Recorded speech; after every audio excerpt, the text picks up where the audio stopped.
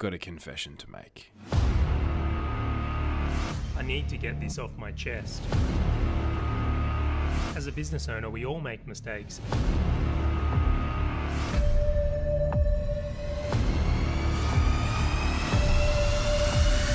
I've got to confess. Hey guys, it's Charlie here from Confessions of a Business Owner, and today I have the absolute pleasure of bringing someone onto the show that is very important in my life, my fellow co-founder at Outsourcing Angels and dear friend, Lynn Podetti. How you doing, Lynn? I'm good, thank you. So good to be here. I've seen your show, I loved it, and now I get to be the guest. I'm excited.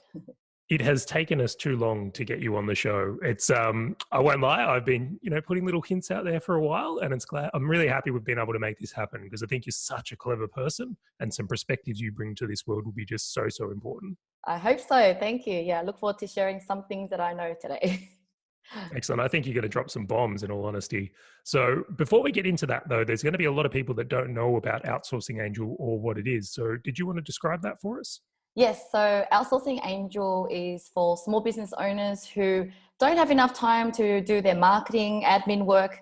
And so we're there to help them save time, save money by outsourcing to virtual assistants, mainly from the Philippines. And we help them, save time in recruiting, giving them the best VA, and really help to facilitate the relationship so that they will have the best, A players in their company. And I'll tell you what, I'll vouch for that because I just got another VA from our own company. Of course we would. How would I not if I've got a company there? And I'm once again impressed with the work we do. I've got an absolute gun come from the Philippines, Jade. So making outsourcing easy is, I think, the best way to describe that. And we really do. Yeah, I get really excited because it's almost like you're matching two lovers together. When you match them two and they're in love with each other, it's the biggest excitement we get at OA. We're like, yay, they're in love. That's the stage I'm in now. That's absolutely the stage, and I've got that with Judy as well, which has been cool. But that is a really good way to describe it. Mm-hmm. So today we are getting into something which I think is very interesting. Now, I think you're actually the only guest I've ever had that emailed me through 2 topics and outlines before I'd even sent them anything. Really? I'm just super organized, aren't I? Yeah, it says a lot about your organizational skills. Now, one of the topics which we're going to be going through today is 5 things you wish you knew earlier.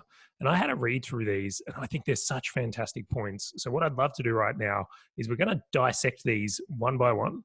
Mm-hmm. And I think a lot of people will get some value about understanding that perspective. So let's lead away. Let's go with number 1. Okay. So my number 1 rule for myself, if I ever start any business or give advice to anybody, is really about choosing a niche. Because, from my experience at the beginning, I started a digital agency that was, marketing service to anybody, everybody, I don't know, anyone could buy me. And I was just saying yes to every service, website designs, SEO. And it just didn't give me enough time to focus my craft onto the one thing that's going to solve the problem. And so after years of doing it and really struggling in that business, now I know that you really need to find the problem first. What is the problem that the market's having? Then try to solve that particular problem, but do it really well and different to others that people will come to you for it. So nowadays, Monkey Video Production that I have as another business is animation company. Outsourcing Angel is a dedicated VA service. When we try to venture out into other packages and things, it just doesn't do well. And when you have one niche, you just have so much time to really do it well, refine the process every day and market it so much better. So when you have more time to focus on one niche, it just succeeds much more.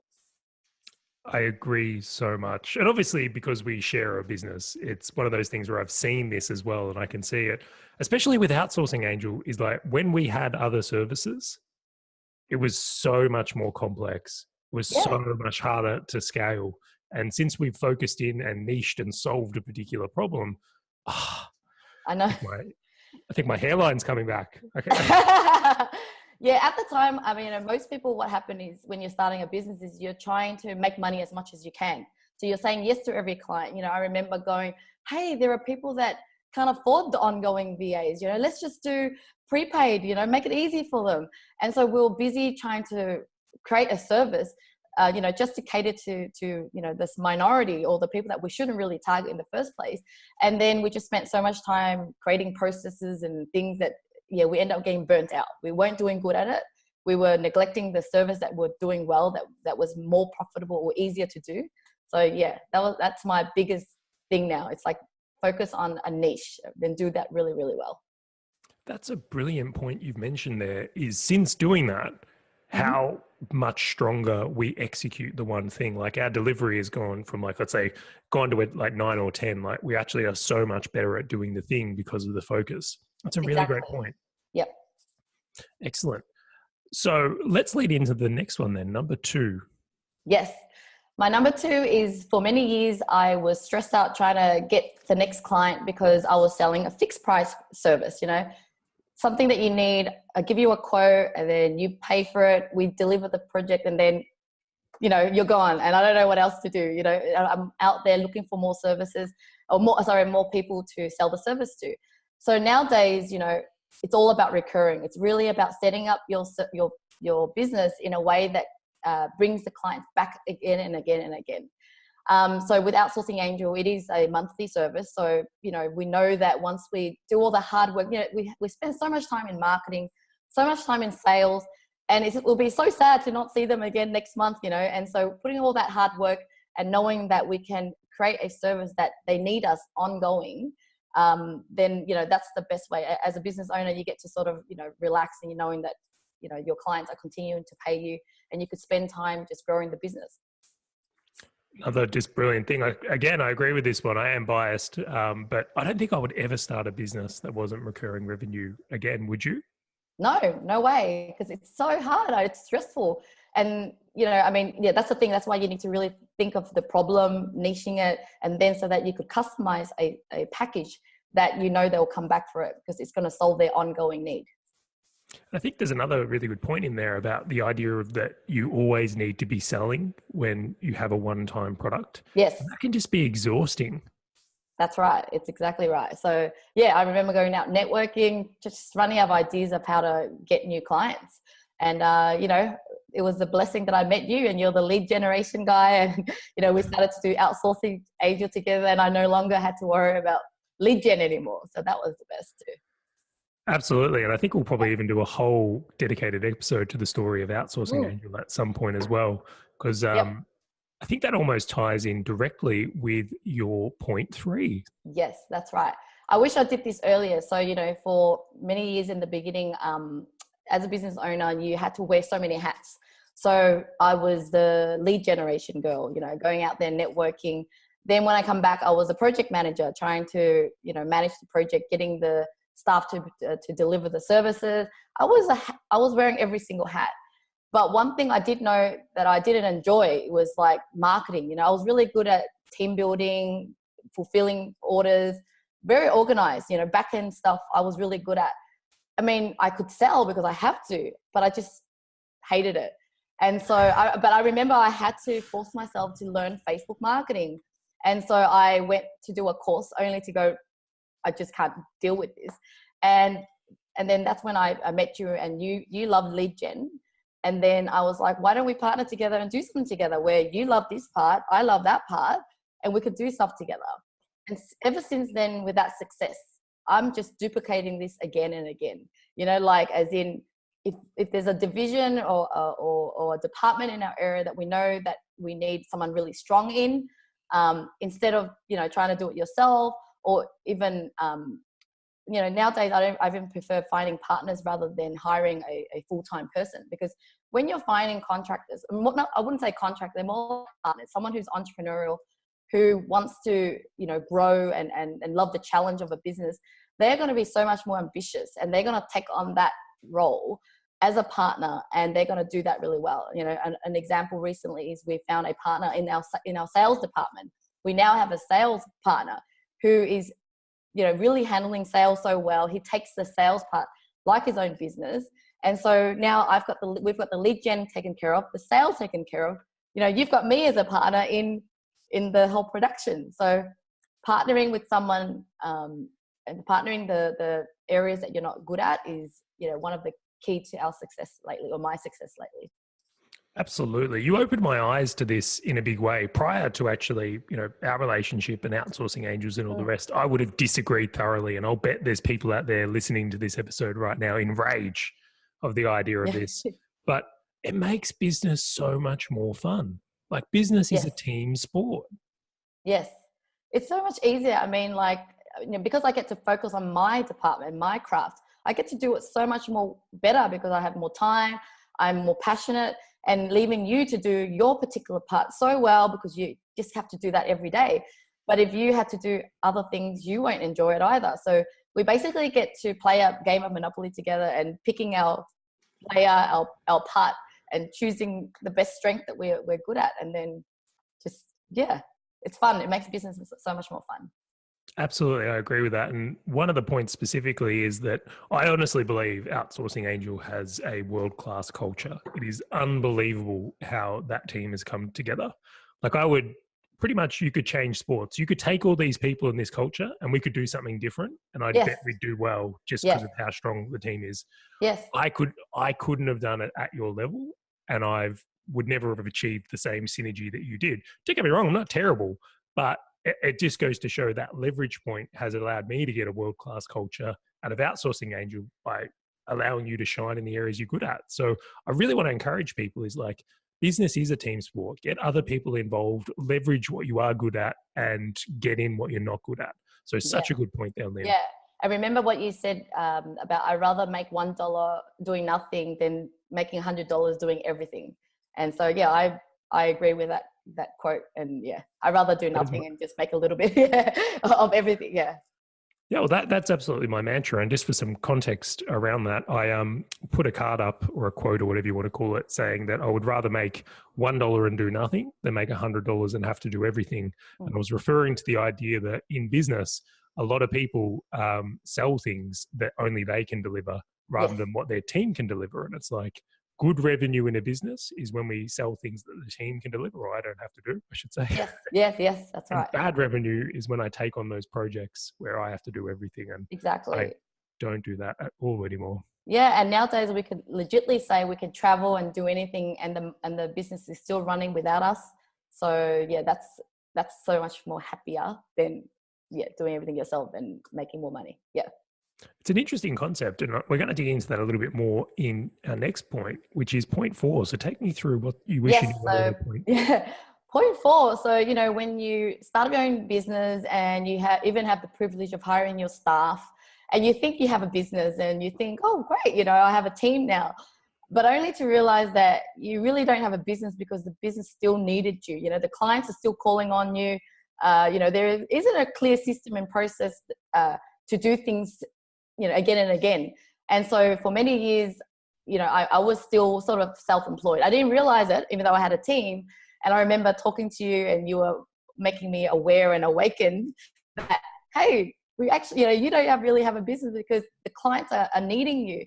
And so ever since then, I literally systemized everything, brain dumped everything I knew about everything, even from something I thought I was like the only one good at, which was recruitment, or because I thought I was a people person. So that means only I can recruit good people, good VAs, only to realize that, no, you are replaceable too. So I just brain dumped everything that I knew about recruiting, and then, trained the VA into it. Like, let them watch what I do, then sit behind them and watch what they did. And that's the whole process just allowed me to free myself up. So they started to take over all these roles that I used to do. And then eventually just removing myself completely, that, when I go away now, I don't even have to put an out of office assistant anymore, because really no one's really needing my direct attention except for my staff. And if my staff know that I'm on holidays, they know not to contact me unless it's important. And so that's the ultimate thing. So if I was to start a business again, it would really be about systemizing it from day one and figuring out a way where I don't need to be there. As in, I need to have the team, the structure, so that I have the time to strategize and grow the business and not be embedded in the business.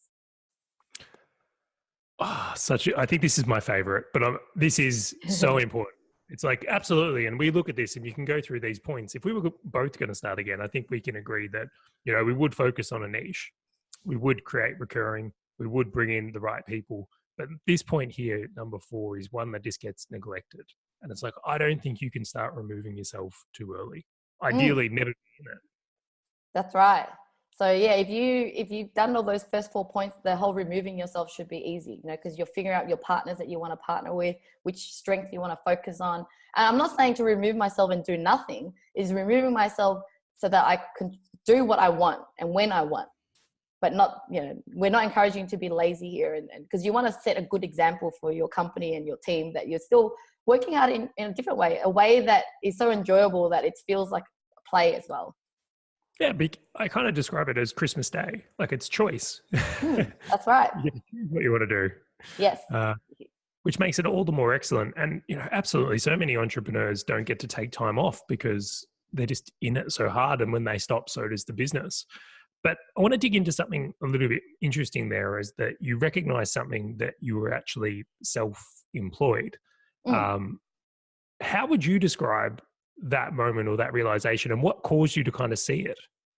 Yeah, I remember even reading, you know, apart from what you told me, you know, there were books that really, you know, proved that as well. There was the E-Myth, which I read it before, but I think it didn't sink in.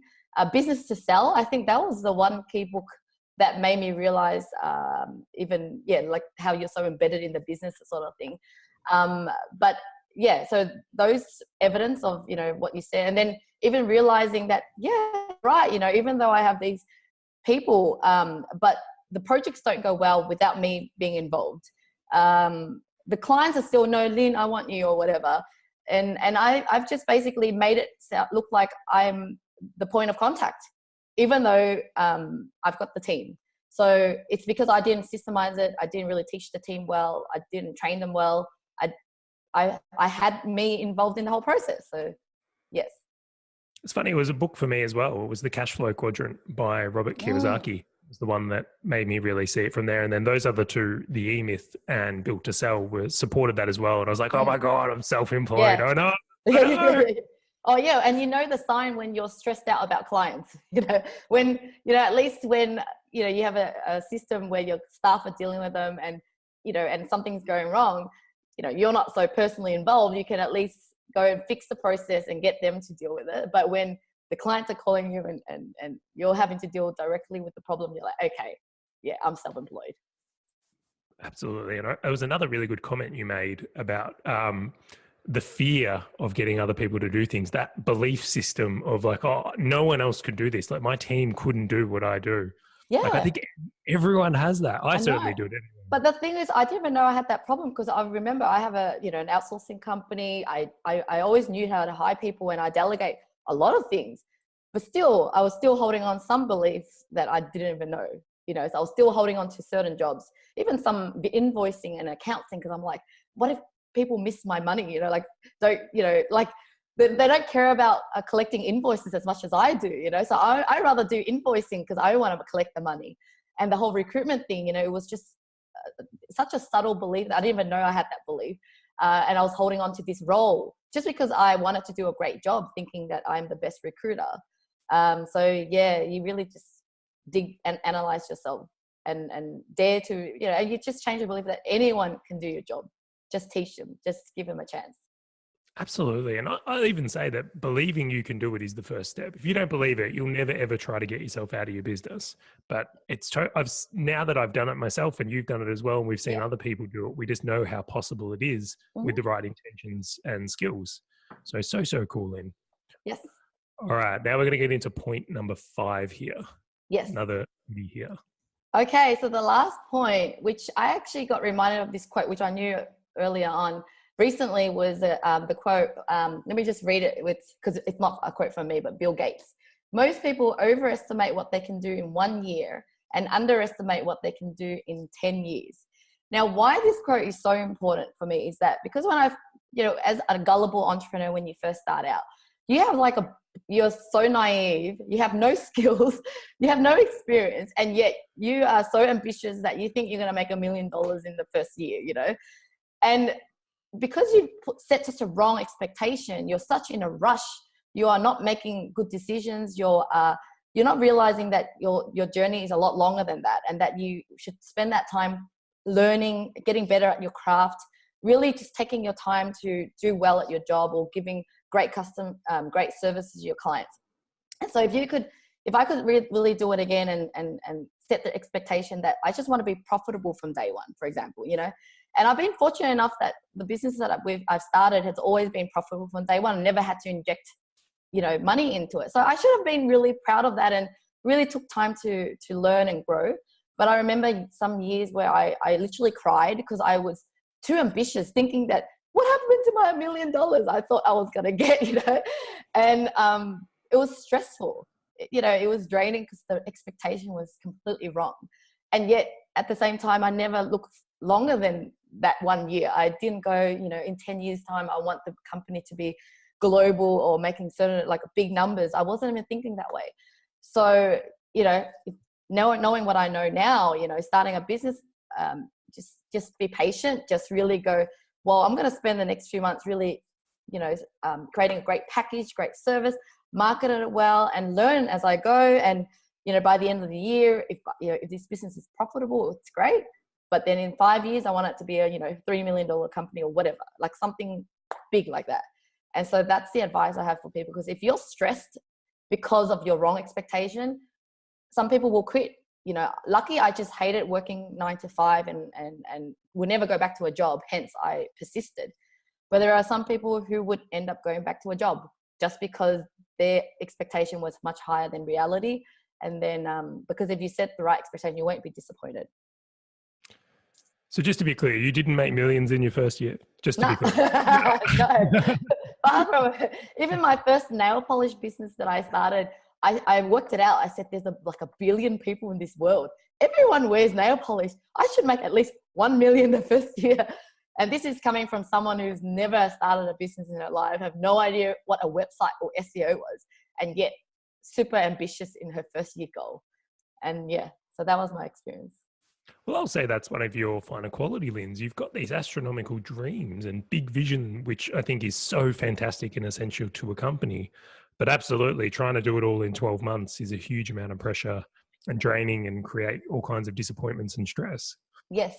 And sometimes, the journey is actually even more enjoyable than the destination. Because I know so many times in life where I've reached a certain goal and I'm like, oh, I didn't feel much, like I felt good, but it was very temporary. But then if I look back in the journey, even the struggles and the challenges was really fun, because I remember, that the feeling of stress and then triumph of going over some hurdles, or the people you meet along the way. The journey itself was just so much more enjoyable, where you want to wake up for it, but sometimes reaching the destination is not as good as you think it is, because you're on to the next journey, right? So that's why Absolutely. I really enjoy the journey. I think that's my tip. I look back on Outsourcing Angel, and hindsight's always a funny thing, isn't it? But it's like when we started Outsourcing Angel, I'll admit it, I was feeling stress and pressure. A part of me wishes I could go back and enjoy the birthing moments more, the early days more, because it's like, it's something that's very special in an entrepreneur's life, is the first year of a company.